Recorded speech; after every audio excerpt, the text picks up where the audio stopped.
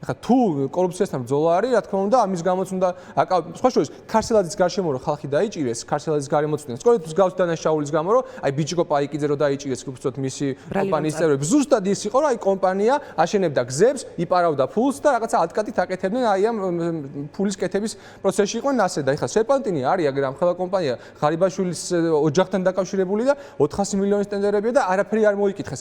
რა თქმა უნდა, ამ თანხის გარჩევაც იქნებოდა ივანიშვილთან. რა თქმა უნდა ეს დაუთვალეს, ის დაუთვალეს და უთხრეს რომ ამდენი უნდა მოიტანო, ამან ეს თანხა არ მიიტანა და კარგი მაშინ აი ამ ბრალით წახვალ ციხეში. შეიძლება ნებისმიერ შეიძლება ფაფების ჭამის გამო გაეშვათ, ბავშვების ფაფების ჭამის გამო რა ბრალიც მე ქარსელ ლილუაშვილის გარემოცვის ერთ-ერთ წევრს დაუდგინეს. ანუ ნებისმიერს არჩევენ. ჩვენ ამ ბრალებს, რასაც ოფიციალურად უდგენენ, უნდა შევხედოთ ნარატიულად და პროპაგანდისტულად როგორ გაყიდიან კარგად.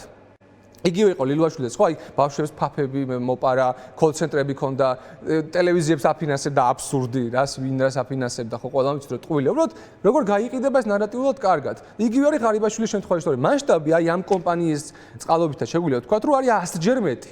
იმიტომ რომ 4 მილიონი კი არა, 400 მილიონი არის. თქვენ ახსენეთ ჰესების ნაწილიც მათ შორის და რომეო მიქაუტაძე ერთ-ერთი პირველი იყო ირაკლი ღარიბაშვილის გარემოცვიდან, რომელიც ქართული ოცნების საგამოძიებო უწყებამ დააკავა, ასევე მისი ახლო მეგობარი იყო ჯუანშერ ბურჭულაძეც. ვიცით რომ ლილუაშვილის საქმეში ოქროს მოწმეა რომეო მიქაუტაძე. კაცი, რომელიც ღარიბაშვილის კადრი იყო საქართველოს მთავრობაში გულისხმობ მიქაუტაძეს, არის თუ არა ეხლა ერთგვარი საფრთხე ღარიბაშვილისთვისაც. იგივე კითხვა ისმის ჯუანშერ ბურჭულაძეზეც.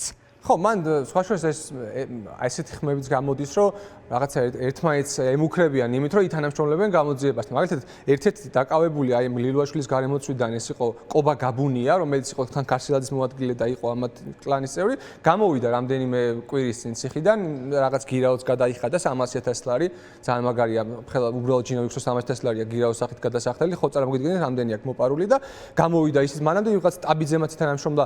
მე მიქაუტაძეზე არ ვიცი, რას თანამშრომლობს, ჯობით ციხეშია ეს კაცი და გარეთ არ გამოსულა, ეთყობა კარგად არის თანამშრომლა, ან საერთოდ არის თანამშრომლა, ან საკმარის ინფორმაცია არ გასცა, მაგრამ რა თქმა უნდა, ესენი ხა ყველა ერთმანეთს უყურებს, ყველა შეშინებულია და ყველა, რა ვიცი, ყველაფერზე მოაწეს ალბათ ხელს იმისთვის, რომ გარეთ იყოს და უსაფრთხოების გარანტია შეინარჩუნოს. მაგრამ უსაფრთხოების გარანტიის ამბავი არის, ხა შეიძლება ითანამშრომლო კიდევაც და ყველაფერი მოყვე, რაც უნდათ რომ მოისმინონ. მაგრამ გარეთ მაინც არ გამოგიშვან, იმიტომ რომ არავინ გარანტორი აღარ არის, რომ შენ უსაფრთხოება გექნება. ეგ სხვადასხვა შორის დიდი ცვლილება არის ქართული ოცნების მმართველობის აი ამ 13 წელს, როცა რაღაცა ეს უთქმელი კონტრაქტი დაირღვა რეჟიმსა და მის ლოიალისტებს შორის, როდესაც აქამდე შეგეძლო რაღაცა ფული გაკეთებინა, ყველაფერი გაკეთებინა, როგორ დაგეფინანსებინა. რამ დაარღვია ეს უთქმელი კონტრაქტი, როგორც თქვენ უწედოთ, იმიტომ რომ საუბარი ორ მიმართულებაზე მიდის, ერთი რომ გადაწყვეტილება ივანიშვილის მიღებულია, დღეს ეს ივანიშვილთან ძალიან ახლო დაახლოებულმა ყოფილმა ჯანდაცვის მინისტრმა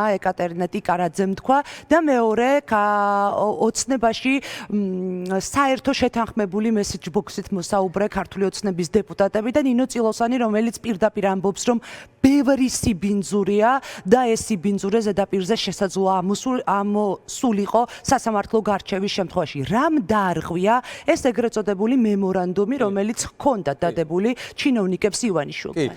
ხო, ეს ზოგადად ამ რეჟიმებისთვის დამახასიათებელი ეს ივანიშვილის მოგონილი არ არის, რომ მსგავსი კორუმპირებული და ავტორიტარული რეჟიმები დებენ ეგრეთ წოდებული ესე უთქმელ შეთანხმებას მის ლოიალისტებთან, რომ აი ფულის კეთება შეგიძლია, ძალაუფლება შეგიძლია, მოგზაურობა ყველაფერი შეგიძლია, ოღონდ ჩემ წინააღმდეგ არ მიდიხარ, აფინანსებ ჩემს არჩევნებს, ჩემს კამპანიას, ჩემს პარტიას და ხარ ასე თქვა ჩემი ყოლმოჭრილი მონა. ეს 13 წელს განსაკუთრებით ეს კულმინაციური წელი იყო, იმიტომ რომ ბიძინა ივანიშვილის პარანოია, საერთაშორისო იზოლაცია, რაღაცა ფულის სანქციებმა, რომელიც ქვეშაც ბიძინა ივანიშვილი არის მოქცეული და მოსალოდნელმა სანქციებმა, რომელსაც ის ელოდება.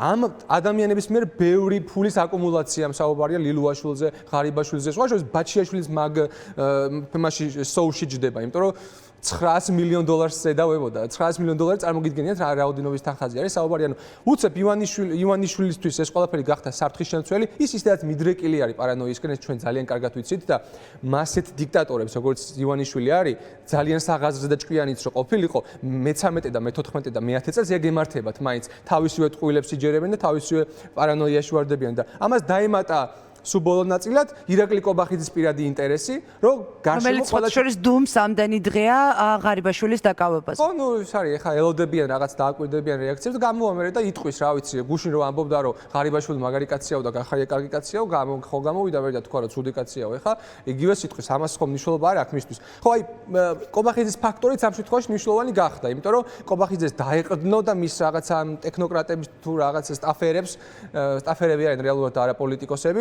მათ დაეყრდნო ივანიშვილი და ეხა ამის ინტერესი არის კობახიძის, რომ რაღაცნაირად ეს ხალხი მეტად ჩამოიშოროს, ხო, ლილუაშვილი თუ ციხეშია, ღარიბაშვილი ციხეშია, ქარსელაძე ის არის ბრალის ქვეშ არის, ყველა ციხეში თუ არის და განეიტრალებული, მისთვის ეს უფრო კომფორტული არის. ისიც უნდა ითქვას ალბათ, რომ რატომ მოხდა ეს ახლა და არა თქვა 3 კვირის წინ ან 1 თვის წინ ან 2 თვის წინ, ამას რამდენიმე ახსნა აქვს.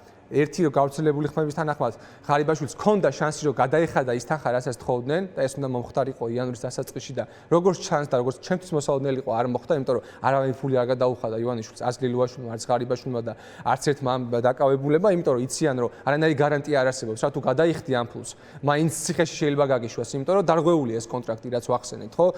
უსაფრთხოების გარანტია აღარ არსებობს. თან ისინი კარგად იცნობენ ივანიშვილს და თან ცოტა იმასაც ფიქრობენ, რომ ეხა ივანიშვილი სულ ხო არ იქნება, ალბათ ჩვენს იმედად არის რომ